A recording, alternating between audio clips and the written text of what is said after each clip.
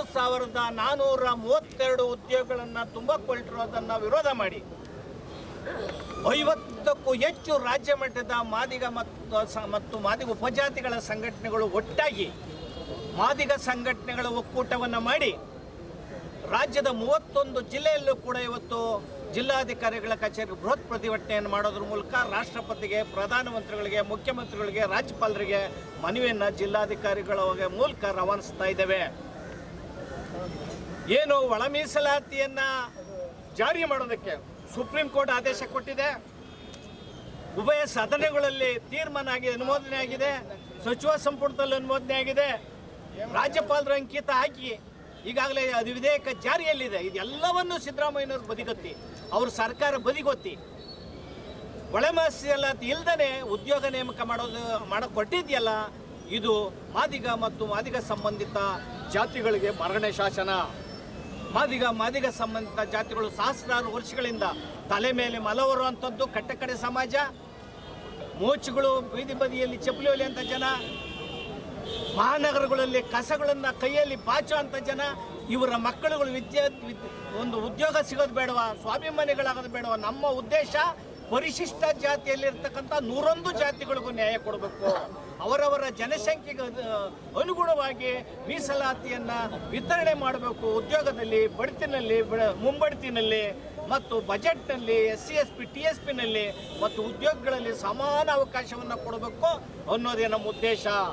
ಸಾಮಾಜಿಕ ನ್ಯಾಯವನ್ನು ಕೊಡ್ತೀವಿ ಅಂತೇಳಿ ಸಂವಿಧಾನವನ್ನು ಕೊರಳಿ ನೇತಾಕೊಂಡು ರಾಹುಲ್ ಗಾಂಧಿ ಅವರು, ಸಿದ್ದರಾಮಯ್ಯನವರು ನಾವು ಸಾಮಾಜಿಕ ನ್ಯಾಯದ ಅಧಿಕಾರರು ಅಂತ ಹೇಳ್ತಾ ಇದ್ದೀರಿ. ನೀವು ಇವತ್ತು ಒಳ ಮೀಸಲಾತಿ ವರ್ಗೀಕರಣ ಮಾಡೋದಿದೆಯಲ್ಲ, ಇದು ಸಾಮಾಜಿಕ ನ್ಯಾಯ, ಇದು ಸಂವಿಧಾನದ ಆಜ್ಞೆ.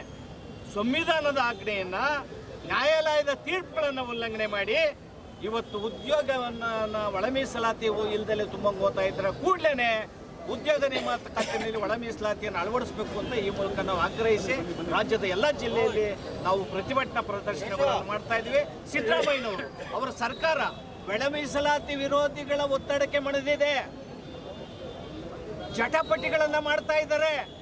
ನಾವು ಮನವಿಯನ್ನು ಮಾಡ್ತಾ ಇದ್ದೇವೆ, ಪರಿಶಿಷ್ಟ ಜಾತಿಯಲ್ಲಿರ್ತಕ್ಕಂಥ 101 ಜಾತಿಗಳಿಗೂ ಅವರ ಜನಸಂಖ್ಯೆ ಆಧರಿಸಿದಂಥ ಮೀಸಲಾತಿ ಕೊಡಿ ಅನ್ನೋದ್ರಲ್ಲೇ ತಪ್ಪಿದೆ.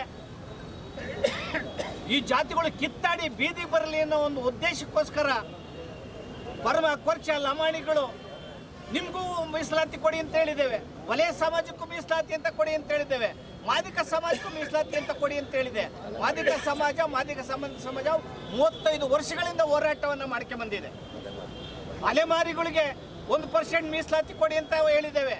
ಪಾಪ ತೀರ ಸಂಕಷ್ಟದಲ್ಲಿದ್ರಲ್ಲ ಅಲೆಮಾರಿಗಳು, ಅವ್ರಿಗೂ ಕೂಡ ಮೀಸಲಾತಿಯನ್ನು ಕೊಡದಂಗೆ ಯಾವ ಪುರುಷಾರ್ಥಕ್ಕೋಸ್ಕರ ಸರ್ಕಾರ ನಡೆಸ್ತಾ ಇದ್ದೀರಾ ನೀವು? ಈ ಬಡವರಿಗೆ ಈ ನ್ಯಾಯ ಕೊಡೋದಕ್ಕೆ ಸಮಾಜ ಯೋಚನೆಯನ್ನು ಮಾಡಬೇಕಾಗಿದೆ. ಸಾಮಾಜಿಕ ನ್ಯಾಯದ ಅಧಿಕಾರ, ನಾನು ಸಂವಿಧಾನದ ಜಾರಿ ಮಾಡ್ತೀನಿ ಅಂತ ಹೇಳಿದಂಥ ಸಿದ್ದರಾಮಯ್ಯವರು ಒತ್ತಡಕ್ಕೆ ಮಣಿದಿದ್ದಾರೆ. ಒಳ ಮೀಸಲಾತಿ ವಿರೋಧಿಗಳ ಒತ್ತಡಕ್ಕೆ ಮಣಿದಿದ್ದಾರೆ. ಒಳ ಮೀಸಲಾತಿ ವಿರೋಧಿಗಳು ಸಂವಿಧಾನದ ವಿರೋಧಿಗಳು. ಹೈಕೋರ್ಟ್ ತೀರ್ಪು, ಸುಪ್ರೀಂ ಕೋರ್ಟ್ನ ವಿರೋಧಿಗಳು. ಈ ಒಂದು ಅವೈಜ್ಞಾನಿಕ ನೀವು ಒದ್ದೆ ತುಂಬ ಹೋಗ್ತಾ ಇದ್ದೀರಲ್ಲ, ಇದು ಒಳ್ಳೆ ಕೆಲಸ ಅಲ್ಲ. ಸಮಾಜ ಇವತ್ತು ಪರಿಶಿಷ್ಟ ಜಾತಿ ಸಮಾಜ ಬಡಿದಾಡಿ ಬೀದಿಯಲ್ಲಿ ನಿಂತಿದೆ. ಜಗಳವನ್ನು ಹಚ್ಚಿದಿರಿ. ಇನ್ನಷ್ಟು ವಿಳಂಬ ಮಾಡಿದಷ್ಟು ಅವರಲ್ಲಿ ಜಟಿಲವಾಗ್ತದೆ ಸಮಸ್ಯೆ ಉಲ್ಬಣ ಆಗ್ತದೆ. ಈ ರಾಜಕೀಯ ಲಾಭನ ಯಾಕ್ರಿ ಆ ರೀತಿಗೆ ಪಡ್ಕೊತಾ ಇದ್ದೀರಿ ನೀವು?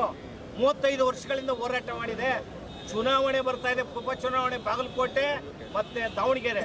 ಕಾಂಗ್ರೆಸ್ ಪಕ್ಷ ಅಡ್ರೆಸ್ ಕ್ಲಿಯರ್ ಮಾಡ್ತೇವೆ, ಕಾಂಗ್ರೆಸ್ ಮುಕ್ತ ರಾಜ್ಯವನ್ನು ಮಾಡ್ತೇವೆ.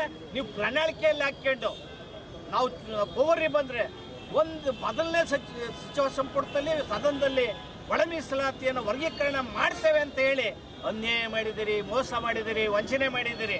ಈಗ 27ನೇ ತಾರೀಕು ಸಚಿವ ಸಂಪುಟ, ವಿಶೇಷ ಸಚಿವ ಸಂಪುಟ ಪ್ರತ್ಯೇಕವಾಗಿ ಒಳ ಮೀಸಲಾತಿ ವಿಚಾರಕ್ಕೆ ಹಾಕೊಂಡಿದ್ದೀರಿ. ನೀವು ಸೊಬ್ಬು ಬೇಡಬೇಡಿ, ಚುನಾವಣೆ ಕಾರಣ ಹೇಳ್ಬೇಡಿ, ಮುಂದೂಡೋದು ಇದೆಲ್ಲ ಮಾಡಿದರೆ ನಾವು ಈ ರಾಜ್ಯದಲ್ಲಿ ದೊಡ್ಡ ಅನಾಹುತ ಆಗ್ತದೆ. ಭೀಕರ ಹೋರಾಟವನ್ನು ಮಾಡ್ತೇವೆ, ಮಹಾ ಹೋರಾಟವನ್ನು ಮಾಡ್ತೇವೆ. ಇಂಥ ಒಂದು ಐತಿಹಾಸಿಕ ನಾಂದಿಗೆ ಹೋರಾಟಕ್ಕೆ ಕಾರಣೀಭೂತರಾದರೆ ಸಿದ್ದರಾಮಯ್ಯನವರು, ಸಿದ್ದರಾಮಯ್ಯನ ಸರ್ಕಾರ, ಮೀಸಲಾತಿ ವಿರೋಧಿಗಳು ಕಾರಣ ಆಗ್ತೀರಿ ಅಂತ ಮಾತನ್ನು ಹೇಳೋದ್ರ ಮೂಲಕ ದಯಮಾಡಿ ಮಾನವೀಯತೆ ಇರೋರು ಈ ಒಳ ಮೀಸಲಾತಿಗೆ ಬೆಂಬಲ ಕೊಡಬೇಕು.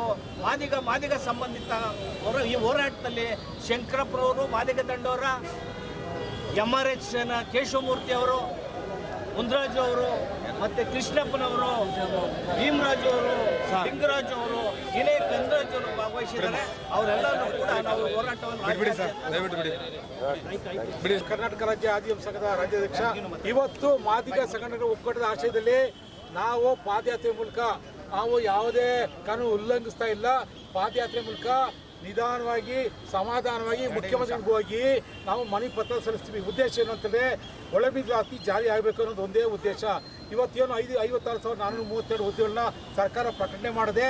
ಅದರಲ್ಲಿ ಒಳ ಮೀಸಲಾತಿ ಅಳವಡಿಸಿ ಆ ಒಂದು ಹುದ್ದೆಗಳನ್ನ ನೇಮಕಾತಿ ಮಾಡಬೇಕು ಅನ್ನುವಂಥ ಉದ್ದೇಶದಿಂದ ನಾವೆಲ್ಲರೂ ಕೂಡ ಇವತ್ತು 100 ಸಂಖ್ಯೆಯಲ್ಲಿ 1000 ಸಂಖ್ಯೆಯಲ್ಲಿ ಇಡೀ ರಾಜ್ಯದಲ್ಲಿ ನಾವು ಬಂದಿದ್ವಿ. ನಾವೆಲ್ಲರೂ ಕೂಡ ಪಾದಯಾತ್ರೆ ಮಾಡಿಕೊಂಡು ಮುಖ್ಯಮಂತ್ರಿಗಳನ್ನು ಭೇಟಿ ಮಾಡಿಬಿಟ್ಟು ನಾವು ಮನವಿ ಪತ್ರ ಸಲ್ಲಿಸ್ತೀವಿ.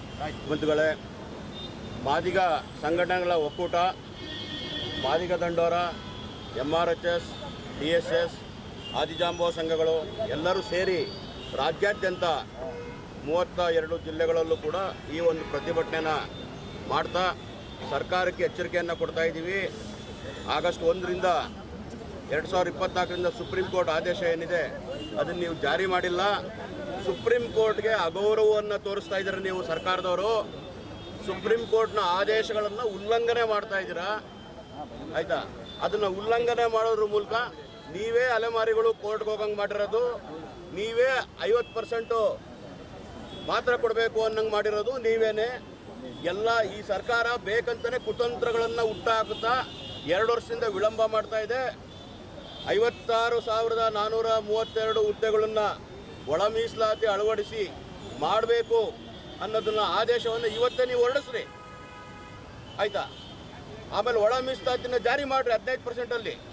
ಆವಾಗ ನಾವು ನಿಮ್ಮ ಒಪ್ಕೊತೀವಿ. ಇಲ್ಲ ಅಂದರೆ ನೀವು ಕಾಂಗ್ರೆಸ್ ಪಕ್ಷದ ಸರ್ಕಾರ, ಸಂವಿಧಾನ ವಿರೋಧಿ ಸರ್ಕಾರ, ಸುಪ್ರೀಂ ಕೋರ್ಟ್ ವಿರೋಧಿ ಸರ್ಕಾರ, ಕಾನೂನನ್ನ ಉಲ್ಲಂಘನೆ ಮಾಡ್ತಕ್ಕಂಥ ಸರ್ಕಾರ.